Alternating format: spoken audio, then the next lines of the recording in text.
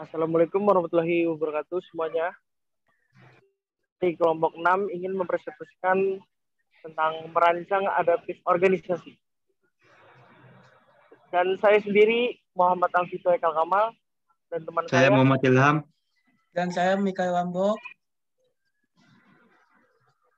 Oke, kami mulai presentasinya.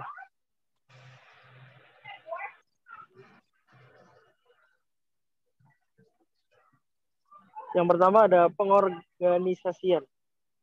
Organisasi ini memiliki arti yaitu penyebaran sumber daya untuk mencapai tujuan strategis. Organisasi juga merupakan tulang punggung manajemen. Karena tanpa organisasi yang efisien, tak ada manajemen yang dapat menjalankan fungsinya dengan lancar. Pada dasarnya, organisasi dibentuk sebagai wadah atau tempat untuk berkumpul, bekerja sama secara rasional dan sistematis. Hal ini juga tercermin dalam pembagian kerja menjadi departemen dan pekerjaan tertentu. Garis wewenang formal mekanisme untuk mengorganisasikan beragam tugas organisasi. Boleh dilanjut? Organisasi sendiri juga memiliki struktur, yaitu sebuah garis hierarki atau bertingkat yang mendeskripsikan komponen-komponen yang menyusun perusahaan, di mana setiap individu atau SDM yang berada di lingkup perusahaan tersebut memiliki posisi dan fungsinya masing-masing.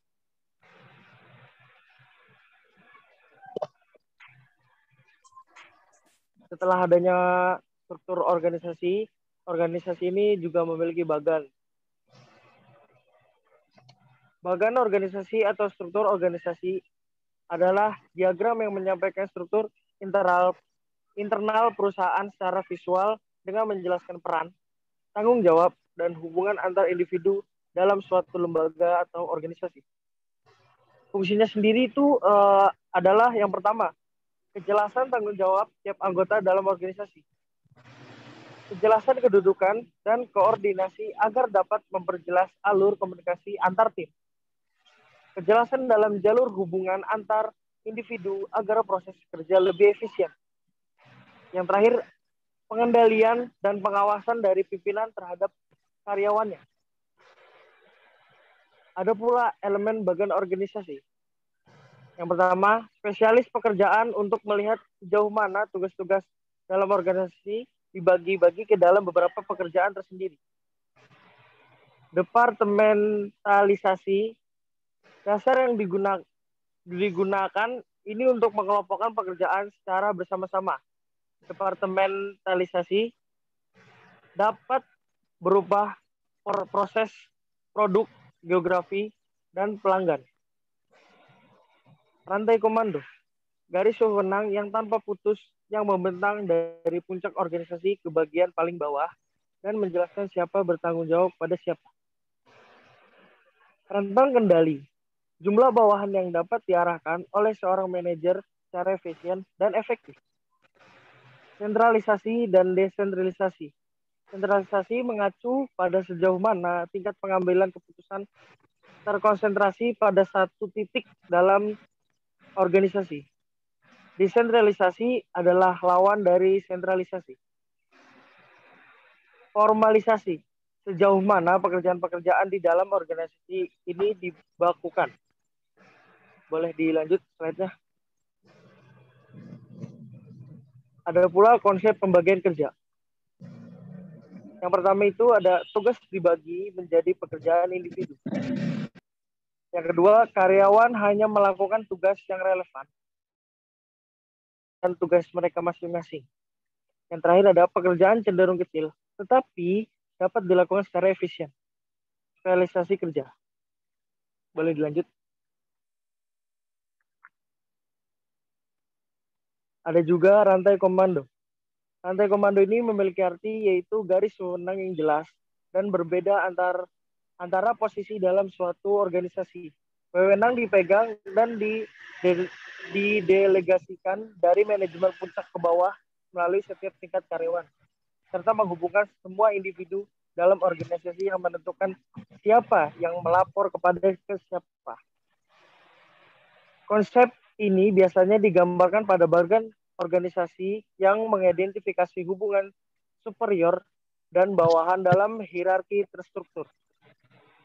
Tugas dan tanggung jawab didefinisikan dengan jelas dan setiap bawahan melaporkan hanya kepada satu atasan. Terkait dengan dua prinsip dasar, yaitu kesatuan komando dan prinsip skalar. Boleh dilanjut? Ada pula otoritas. Hak formal dan sah seorang manajer untuk membuat keputusan dan mengeluarkan perintah. Mengalokasikan sumber daya untuk mencapai hasil yang diinginkan organisasi. Otoritas dibedakan oleh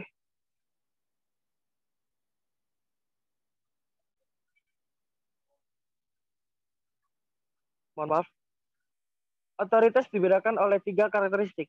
Otoritas diberikan pada posisi organisasi, bukan orang.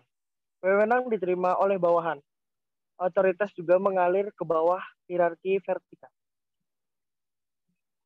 Boleh dilanjut? Dan ini juga termasuk bagan atau struktur delegasi ya. Ada semuanya itu mengacu pada teknik untuk delegasinya. Yang pertama ada memberikan instruksi menyeluruh. Yang kedua, pertahankan umpan balik. Ketiga, mengevaluasi dan menghargai kinerja. Keempat, pilih orang yang tepat. Kelima, pastikan bahwa otoritas sama dengan tanggung jawab. Yang terakhir ada delegasikan seluruh tugas. Otoritas lini dan staf. Otoritas lini artinya jenis otoritas yang mencerminkan hubungan atasan-bawahan. Ini adalah otoritas paling mendasar dalam suatu organisasi yang ditandai oleh kekuatan pengambilan keputusan. Otoritas ini adalah komponen utama yang digunakan dalam perusahaan dengan struktur organisasi ini di mana garis otoritas langsung mengalir dari manajemen puncak dan garis tanggung jawab mengalir ke arah berlawanan. Namun, sebelumnya kelompok kami minta maaf karena ada jaringan internet. Saya kembalikan kepada Alfiko untuk menjelaskan kembali. Oke, terima kasih, Mbok. Mohon maaf sebelumnya ya. Otoritas staf yang memiliki arti mengacu pada hak untuk memberi nasihat tentang peningkatan efektivitas bagi karyawan ini dalam melakukan tugas mereka. Personel staf umumnya adalah dan mereka dapat menjadi staf eksternal yang sementara dipekerjakan untuk melakukan tugas tertentu.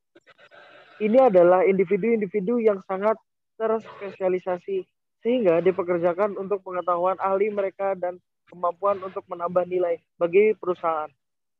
Tanggung jawab utama staf lini adalah memberikan saran dan dukungan ahli kepada staf lini untuk memungkinkan kelancaran operasi. Presentasi dari saya Muhammad Alvito sudah selesai, boleh dilanjutkan oleh Muhammad Ilham. Silakan. Terima kasih Muhammad Alvito. Rentang manajemen atau rentang kendali. Jumlah karyawan yang melapor ke supervisor, pandangan tradisional sama dengan 7 bawahan per manajer. Organisasi ramping hari ini sama dengan 30 plus bawahan. Keterlibatan pengawas harus terlibat erat dengan bawahan, rentangnya harus kecil. Perlu sedikit keterlibatan dengan bawahan, itu bisa besar. Akuntabilitas. Akuntabilitas adalah tindakan pertanggungjawaban atas hasil yang diperoleh setelah melakukan aktivitas tertentu. Ini adalah situasi di mana apa yang sedang disampaikan, ditinjau, dan dievaluasi. Mekanisme melalui mana otoritas dan tanggung jawab bawa ke dalam keselarasan. Orang-orang tunduk pada pelaporan dan pembenaran hasil tugas kepada mereka yang berada di atas mereka dalam rantai dari perintah dapat dibangun ke dalam struktur organisasi.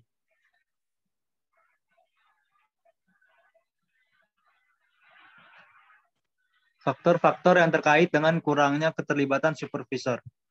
1. Pekerjaan stabil dan rutin. 2. Bawahan melakukan tugas pekerjaan serupa. 3. Bawahan terkonsentrasi di satu lokasi. 4. Bawahan sangat terlatih 5. Aturan dan prosedur yang menentukan aktivitas tugas tersedia. 6. Sistem pendukung dan personel tersedia untuk manajer. 7. Sedikit waktu yang dibutuhkan dalam kegiatan non-supervisory. 8. Preferensi dan gaya manajer mendukung rentang yang besar.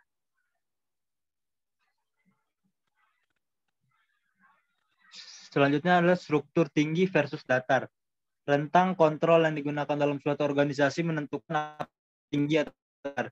Struktur tinggi memiliki rentang yang sempit dan lebih hierarkis level. Struktur datar memiliki rentang yang lebar, tersebar secara horizontal, dan tingkat hierarki yang lebih sedikit.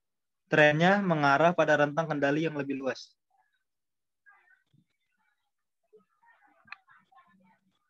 Sentralisasi versus desentralisasi. Perubahan dan ketidakpastian yang lebih besar dalam lingkungan adalah 1. Biasanya terkait dengan desentralisasi. 2. Jumlah sentralisasi atau desentralisasi harus sesuai. 3. Strategi perusahaan. 4. Pada saat krisis atau risiko kegagalan perusahaan, otoritas dapat terpusat di atas. Departementalisasi, dasar-dasar kelas individu departemen. Pendekatan fungsional vertikal, orang-orang bersama di departemen dengan keterampilan umum. Pendekatan divisi, dikelompokkan bersama berdasarkan produk, program, atau wilayah geografis yang sama. Pendekatan matris horizontal, fungsional, dan divisi rantai komando, beberapa karyawan melapor ke 2 bos. Pendekatan berbasis tim, dibuat untuk mencapai tugas tertentu. Departementalisasi, dasar-dasar yang dikelompokkan individunya departemen. Pendekatan jaringan, pusat kecil, pusat terhubung secara elektronik satu sama lain. Organisasi yang menjalankan fungsi vital, departemen bersifat independen dan dapat terletak di mana saja. Pendekatan maya, menyatukan orang sementara untuk memanfaatkan peluang tertentu kemudian bubar. Ini ada 5 pendekatan struktural desain. Yang pertama ada human resource, manufacturing dan accounting. Produk division 1, produk division 2. Dan selanjutnya bisa dilanjut, Bu.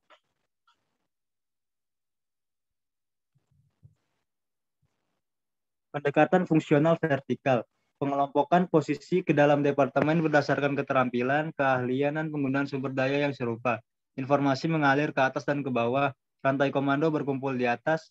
Manajer dan karyawan cocok karena pelatihan dan keahlian yang serupa. Aturan dan prosedur yang mengatur tugas dan tanggung jawab.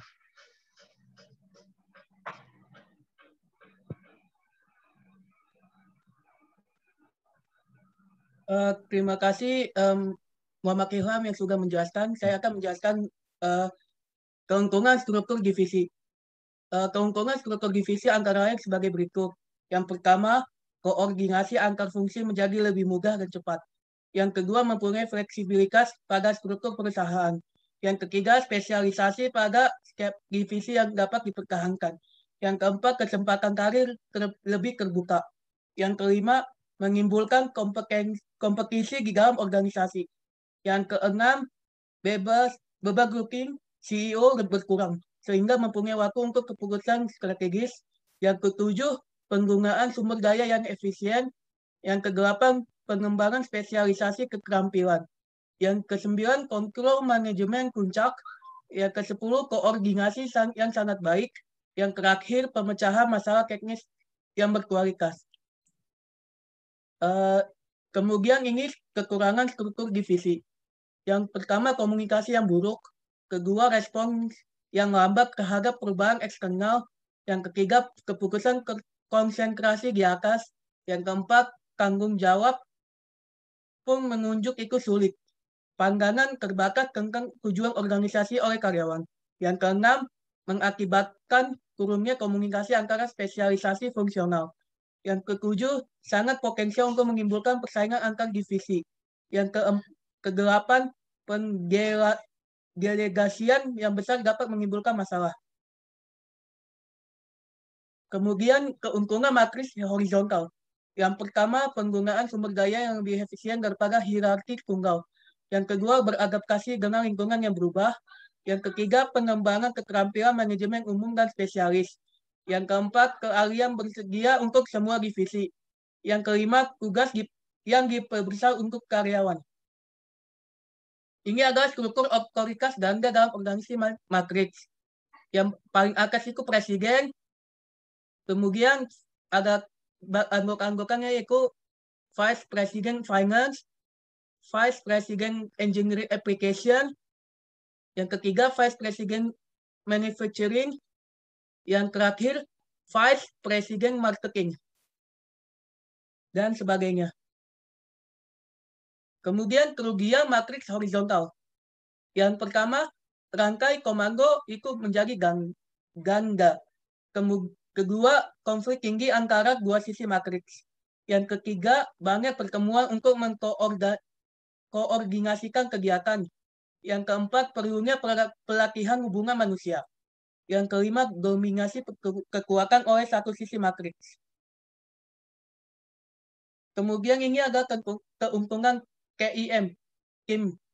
Yang pertama, keuntungan yang sama seperti struktur fungsional. Yang kedua, mengurangi hambatan antar departemen. Yang ketiga, waktu respon lebih cepat. Kemudian semangatnya lebih baik. Yang terakhir, mengurangi biaya administrasi. Dan kekurangannya yaitu loyalitas ganda dan konflik, waktu dan sumber daya yang dihabiskan untuk rapat. Yang terakhir, desentralisasi yang tidak direncanakan.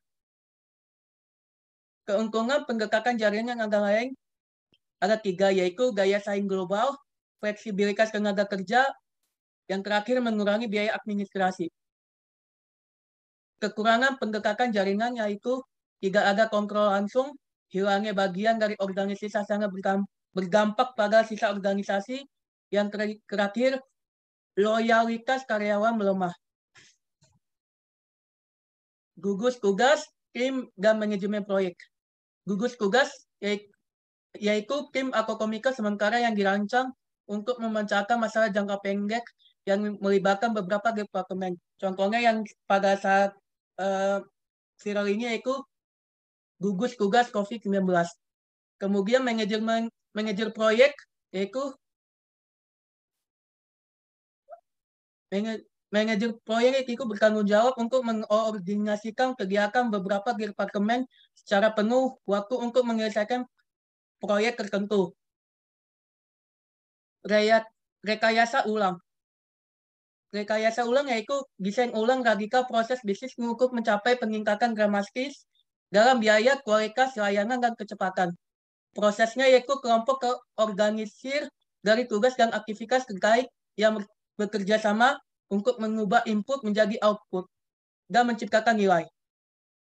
Faktor pembentuk struktur yaitu ada strukturnya, mengikuti strategi, mencerminkan lingkungan, sesuai dengan teknologi layanan, dan teknologi digital. Ikut saja materi dari kelompok kami tentang